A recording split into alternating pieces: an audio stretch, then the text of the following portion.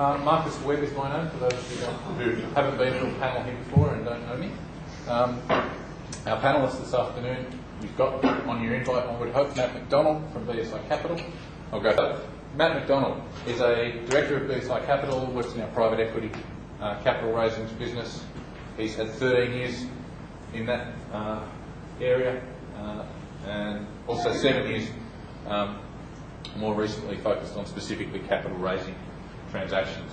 Matt's also the CEO of the Australian Distributed Incubator, which is a federal government funded investment fund that invests in early stage ICT companies. Through some bios in a minute. John Jenkins from IP Australia and David King from EKN Legal. Down for that. Me, I'm an R&D specialist with BSI. I help companies on a day-to-day basis access the R&D tax concession, commercial ready grants, and generally deal with the pre-David King elements of an early stage IP management tip. We've got this piece of circuitry that we're proposing to embed in a golf ball. There's an R&D project necessary to go forward. Matt, I'm going to ask you, do I go to the market at this point and start seeking external funds? Well, you could, but it would be very difficult. You'd have to rely on the 3 Fs, as they call them, the friends, family and fools, Yep. to basically to get sufficient funding, to get some sort of a working prototype that you can touch and feel, that you can then take to us and potentially take to external investors. Now there could be angels and seed investors who would support it, but that would be the exception at that stage. Okay. So I mortgage my house and I put some other personal funds into this and we go into an R&D fund. Well, could I ask you at this stage, do you have a shareholders agreement at your business? Should we? Yes, you should. Okay. Very simply because various people may be contributing various bits and pieces, like money. Correct. And funnily enough, my partner John says, I don't want to put any money in because my contribution is my head, my knowledge. And You're this just a business boss and I'm going to actually put the stuff that will make this thing work. And this is where you come to the age-old problem of what is worth more, ideas or capital. Correct. Yep. We have a little motto that goes around the IP community that says that 10% of the lot is worth an awful lot more than 100% of nothing. Yeah. Let's make John an employee. My partner, he's an employee, so I own the company. And we lose John. I have an argument with John because I don't understand the technical stuff that's going on. John doesn't understand the business concerns that I have about continuing to push money into this project. We have a huge fight, and I start to realise that the last 12 months worth of development is starting to walk out the door. If you were prescient about John wanting to shoot through, you would have had him tied up on a good strong employment contract, in which would be contained certain clauses about non-disclosure and what you can and can't do when you leave. Can I just say something? There is also, of course, the common law obligations that employees owe, a duty of confidentiality. So even though you don't have them signed up, were they to go away and rush off to a competitor or someone else who they knew wanted to, that they would, you can bring injunctive proceedings to stop them from disclosing what is your confidential information. I'll just contribute something to the discussion here. From my experience, increasingly companies are using what we call POPIs, or Protection of Proprietary Information Programs,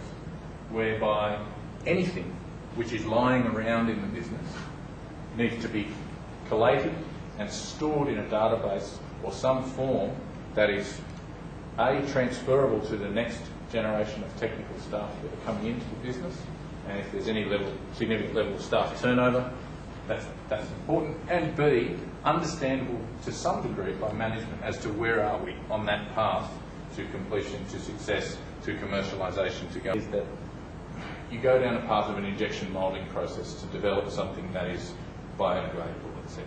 Let's assume for a moment that fails.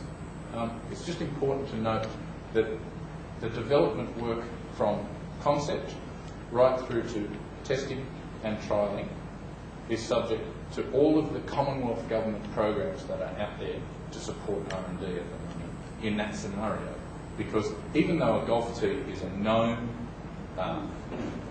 product, as you say, it exists, what we're doing is trying to find some variation that gives us an incremental, what I call an incremental innovation, if you like. And that will give you If it's systematic as a project, and we're not just trialling and error, we actually have a program of scientific investigation, that will give us access to R&D tax offset, R&D tax concession, potentially commercial ready if the market size is significant enough. Or on a non-disclosure agreement, have them solve your problem and say thanks very much. Process. Yes. Then you have agreements which are much used by people like universities who are constantly engaging in advisory work. It's kind of what I'm referring to. And where both parties come in with what might be termed as existing IP, and then or background IP, whatever, and then you have project IP, which is developed, and you have an agreement in relation to what is going to happen to that project IP. In this particular case, however, you would be essentially using them as consultants. Yep. So you would say you would have a pretty strict consultancy agreement, which would lay out the who owns what, and it's ours. Sorry, it's yours. It's Golf Products Australia. And Golf Products Australia would retain these people and say, we know you're going to bring some certain IP to the table, which is yours, but anything that's invented as part of your involvement with us belongs to us. And obviously there's a commercial interaction there. Matt, just on that issue of those JV partners or big brother effects, if you like, in terms of investment. Yeah, I mean, ideally, a strategic investor that brings strategic benefits other than just the cash is the ideal investor, because you're getting more bang for your buck, basically. But a larger big brother type is probably going to be less likely to invest or get formally involved at an early stage. They'll probably more likely just sort of look at the smaller players, smaller early stage players in the market, and wait to see who rises to the top and then acquire them. Mm-hmm. But I suppose what could be valuable to the early stage company is getting some sort of external validation from the big brother that there is a market for what they're developing, and that if these guys develop it, then they would seriously consider supporting it. I mean, we're successful. We have now got the world's first smart ball, if you like, for want of a better thing. We hit it, okay? We swipe a keychain, receiver passed it, and we get up, and not only does it tell us what it is, it tells us how hard it was hit, where it went, and spun, and all that sort of stuff. It's patentable in the extreme. What are our options? And more so than that, let's not have the discussion about patents, etc., etc. What are our options, and what's relevant here in considering those options in terms of, do we go down patents, informal, trade secrets, registered designs only, a combination of all three? Trademark. And that's an open question to the panel, I guess. What am I'm going to play dumb for a minute. What do I do? Can I start and then go to John? Because absolutely. People come to us and then we Sure. go and seek advice from IP Australia. What you look at is, okay, what is the product? Is it if we're a golf tee, my advice might be entirely different to something that is quite technical and going to be quite expensive, and is, even though it may be produced in relatively large numbers because there's a lot of golfers out there who might want it, nonetheless it's not like a golf tee which is produced in hundreds of thousands every day. So you're saying, well, if I wanted to be first to market and just go to market and I've got a new golf tee, well, whoopsie-doozy, that'll last about 12 months and someone will come up with a better mousetrap.